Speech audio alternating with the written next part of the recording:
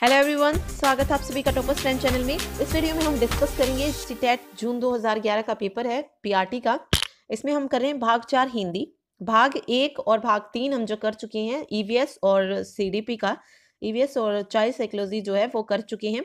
ठीक है, तो आप इसमें हम कर रहे हैं हिंदी। इसके अलावा जो है मैथ और इंग्लिश रह जाएंगे, उन्हें भी देख लेंगे कि किस तरह के क्वेश्चन पूछे गए थे जून 2011 का जो पेपर हुआ था सीटेट का। ठीक है, तो पहले हम हिंदी को सॉल्व करते हैं। देखिए हिंदी किस तरह की आई थी। देखिए फर्स्ट है, निम्नलिखित प्रश्नों के उत्तर देने के लिए सबसे उचित विकल्प चुनिए। उपचारात्मक शिक्षण की सफलता निर्भर करती है भाषिक नियमों के ज्ञान पर, समय व अवधि पर, समस्याओं के कारणों की सही पहचान पर, उपचारात्मक शिक्षण की सामग्री पर। तो उपचारात्मक शिक्षण की सफलता निर्भर करती है समस्याओं के कारणों की सही पहचान पर। भाषा शिक्षण में पाठ्य पुस्तक एकमात्र संसाधन है, साध्य है, साधन है, अनावश्यक है। तो भाषा शिक्षण में पाठ्य पुस्तक जो है वो क्या है, एक साधन है। क्वेश्चन नंबर 93 है। देखिए हिंदी की कक्षा में प्राय हिंदीतर भाषी बच्चे हिंदी सीखने में अनेक कठिनाइयों का सामना करते हैं क्योंकि वे मन लगाकर हिंदी नहीं सीखते। हिंदी सीखने के प्रति उनमें अरुचि होती है। हिंदी बहुत कठिन होती है। प्राय हिंदी और उनकी मातृभाषा की संरचना में अंतर होता है। तो इसका जो आंसर होगा वो होगा प्राय हिंदी और उनकी मातृभाषा की संरचना में अंतर होता है। कहानी सुनाने से बच्चे प्रसन्न होते हैं। बच्चे कक्षा में एकाग्रचित होकर शांत बैठते हैं। बच्चे अनुशासित रहते हैं। बच्चों की कल्पना शक्ति व चिंतन शक्ति का विकास होता है। तो कहानी सुनाने से बच्चों की कल्पना शक्ति व चिंतन शक्ति का विकास होता है। बच्चों के लेखन कौशल का मूल्यांकन करने के लिए कौन सी विधि बेहतर हो सकती है? अपने अनुभवों को लिखना, श्रुतलेख, पाठाधारित प्रश्नों के उत्तर लिखना, सुंदर लेख का अभ्यास। ठीक है, तो लेखन कौशल का मूल्यांकन करने के लिए जो सी विधि बेहतर है वो है अपने अनुभवों को लिखना। बोलना कौशल में महत्वपूर्ण है। संदर्भ एवं स्थिति के अनुसार अपनी बात कह सकना, स्पष्ट एवं शुद्ध उच्चारण, अलंकृत भाषा का प्रयोग, मधुर वाणी। ठीक है, तो बोलना कौशल महत्वपूर्ण किसमें है? स्पष्ट एवं शुद्ध उच्चारण के लिए।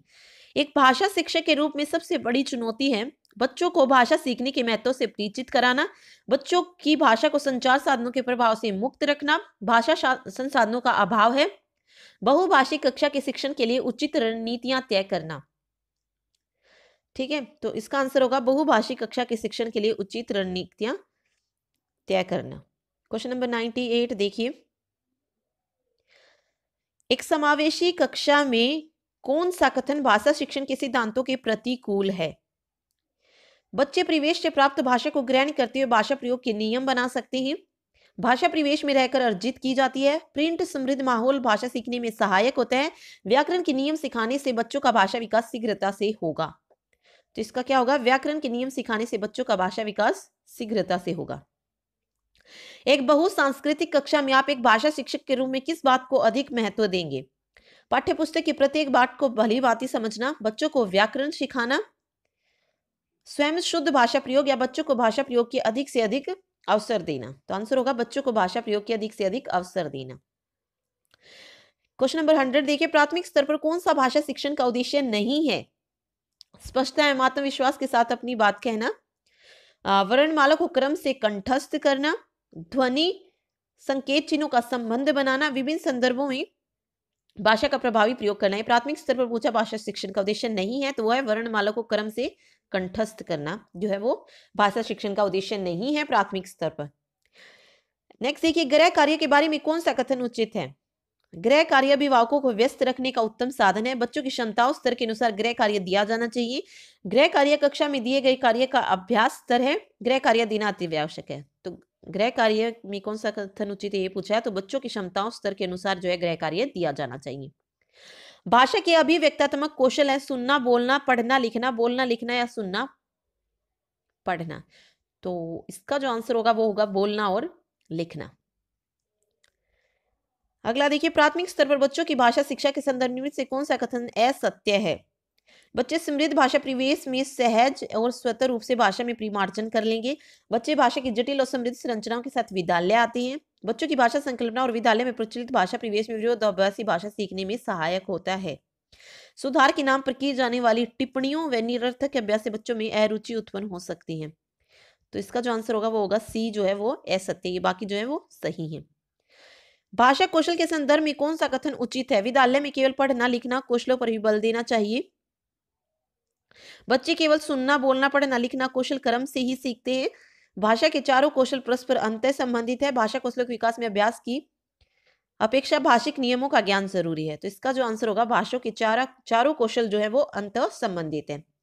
पाठ में दिए गए चित्रों का क्या उद्देश्य होता है? चित्रों से पाठ्य पुस्तक आकर्षक बनती है, चित्र पाठ की शोभा बढ़ाते हैं, पाठ्य पुस्तक में चित्र देने का प्रचलन है, या चित्र जो है अमूर्त संकल्पनाओं को समझने में सहायता करते हैं। तो आंसर होगा चित्र अमूर्त संकल्पनाओं को समझने में सहायता करते हैं। अगला देखिए, क्वेश्चन नंबर 1 से 6 से 11 जो है कविता का वो दिया हुआ है। ठीक है, देखिए, अब ने गहरी नींद में तुम सो सकोगी, गीत गाकर मैं जगाने आ रहा हूँ, अतल अस्ताचल तुम्हें जाने न दूंगा, उद्याचल सजाने आ रहा हूँ, कल्पना में आज तक उड़ते रहे तुम, साधना से रहकर मुड़ते रहे तुम, अब तुम्हें आकाश में उड़ने न दूंगा, आज धरती पर बसाने आ रहा हूँ। तो देखिए, गहरी नींद में सोने का क्या अर्थ है? फर्स्ट लाइन थी ना, अपने गहरी नींद में तुम सो सकोगे। गहरी नींद में सोने का क्या अर्थ है पूछे इन्होंने? मृत्यु को प्राप्त करना, प्रिशर्मी होना, बेखबर होना, या चिंता युक्त होना। ठीक है, तो गहरी नींद में सोने का अर्थ है बेखबर होना। अगला है, कवि लोगों को कहां नहीं जाने देगा? पाताल में, अतल गहराई में जहां सूर्यास्त होता है, या पतन की राह पर। ठीक है, तो इसका जो आंसर होगा वो होगा पतन की राह पर। कवि लोगों को कहां नहीं जाने देंगे? पतन की राह पर। अगला देखिए, कवि किस तरह के व्यक्तियों को संबोधित कर रहा है? जो अत्यधिक प्रेरित है, परिश्रमी है, जो जीवन की कठोर वास्तविकताओं से बेखबर है, जो आकाश की ऊंचाइयों को छूना चाहते हैं। तो किसे प्रेरित कर रहा है? अभी पढ़ा हमने, उन्हें जगाने आ रहा है जो बेखबर है, उसका मतलब ये था। तो जो जीवन की कठोर वास्तविकताओं से बेखबर है। कवि लोगों को क्यों जगाना चाहते हैं? ताकि लोग गीत सुन सके? नहीं, ताकि मनुष्य में गतिशीलता उसकी, और वे प्रगति के पथ पर आगे बढ़ सके। तो आंसर होगा बी। अतल अस्ताचल तुम्हें जाने न दूंगा, इस पंक्ति में कौन सा अलंकार है? श्लेष, उपमा, रूपक, या अनुप्रास?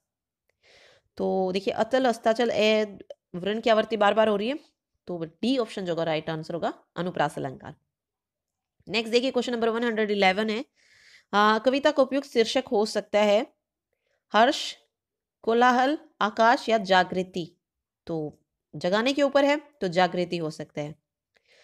फिर गद्यांश दिया हुआ है, अभी पद्यांश था। अभी गद्य देखिए, मनु बहन ने पूरे दिन की डायरी लिखी, लेकिन एक जगह लिख दिया सफाई वगैरह की। तो ये दिया हुआ है, इससे रिलेटेड जो क्वेश्चन पूछे हुए हैं 112 से 120, 8 क्वेश्चन पूछे हुए हैं इसमें से। ठीक है, देखिए, सबसे पहले मनु, एक बार ये पैसेज देख लीजिए यहाँ से, कि मनु बहन ने पूरे दिन की डायरी लिखी, लेकिन एक जगह लिख दिया सफाई वगैरह की। गांधी जी प्रतिदिन डायरी पढ़कर उस पर अपने हस्ताक्षर करते थे। आज की डायरी पर हस्ताक्षर करते हुए गांधी जी ने लिखा, काटने की गति का हिसाब लिखा जाए, मन में आए हुए विचार लिखे जाएं, जो जो पढ़ा उसकी टिप्पणी लिखी जाए, वगैरह का उपयोग नहीं होना चाहिए। डायरी में वगैरह शब्द के लिए कोई स्थान नहीं है। जिसने जो पढ़ा हुआ है लिखा जाए। ऐसे करने से पढ़ा हुआ कितना पच गया यह मालूम हो जाएगा। जो बातें हुई हों वे लिखी जाएं। मनु ने अपनी गलती का एहसास किया और डायरी विधा की पवित्रता को समझा। गांधी जी ने पुनः मनु से कहा, डायरी लिखना आसान कार्य नहीं है, यह इबादत करने जैसी विद्या है। हमें शुद्ध व सच्चे रूप से प्रत्येक छोटी बड़ी घटना को निष्पक्ष रूप से लिखना चाहिए, चाहे कोई बहुत हमारे विरुद्ध ही क्यों ना हो। इससे इससे हमें सच्चाई स्वीकार करने की शक्ति प्राप्त होती है। ठीक है, तो क्वेश्चन देखिए, मनु को अपनी किस गलती का एहसास हुआ है? उन्होंने गांधी जी की बात नहीं मानी थी। मनु ने डायरी में काटने की गति का हिसाब लिखा था। उन्होंने डायरी में सही सही बातें लिखी थी। उन्होंने डायरी में वगैरह शब्द का प्रयोग किया था। आंसर था, उन्होंने डायरी में वगैरह शब्द का प्रयोग किया था। ठीक है, गांधी जी ने वगैरह शब्द पर अपनी आपत्ति क्यों जताई? क्योंकि वगैरह शब्द में कार्य और विचार की स्पष्टता नहीं है। अगला देखिए, गांधी जी ने डायरी लिखने को इबादत करनी जैसा क्यों कहा? दोनों में समय लगता है, दोनों कार्य हमारे कर्तव्य में शामिल है, दोनों कार्य रोज किए जाते हैं, या दोनों में सच्चाई और ईमानदारी चाहिए? दोनों में सच्चाई और ईमानदारी चाहिए। डायरी लिखना महत्वपूर्ण है क्योंकि इसमें व्यक्ति स्वयं का विश्लेषण करता है और स्वयं मूल्यांकन भी करता है। इसमें व्यक्ति पूरे दिन किए गए जमा खर्च का हिसाब गांधी जी से महत्वपूर्ण है, इससे व्यक्ति का समय अच्छा गुजरता है। तो डायरी लिखना महत्वपूर्ण क्यों है? क्योंकि इसमें व्यक्ति का स्वयं का विश्लेषण करता है, स्वयं का, और स्वयं मूल्यांकन भी करता है। क्वेश्चन नंबर 116 देखिए, गांधी जी प्रतिदिन डायरी पढ़कर क्या करते थे?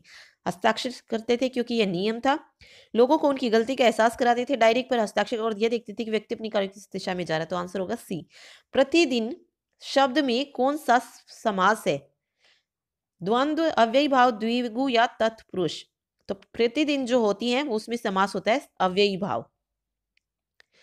पढ़ा हुआ कितना पच गया का अर्थ है कितना सही उच्चारण के साथ पढ़ा है, पढ़े हुए का कितना विश्लेषण किया, पढ़ा हुआ कितना समझ में आया, पढ़ा हुआ कितना आत्मसात किया है। तो इसका आंसर का पढ़ा हुआ कितना आत्मसात किया है।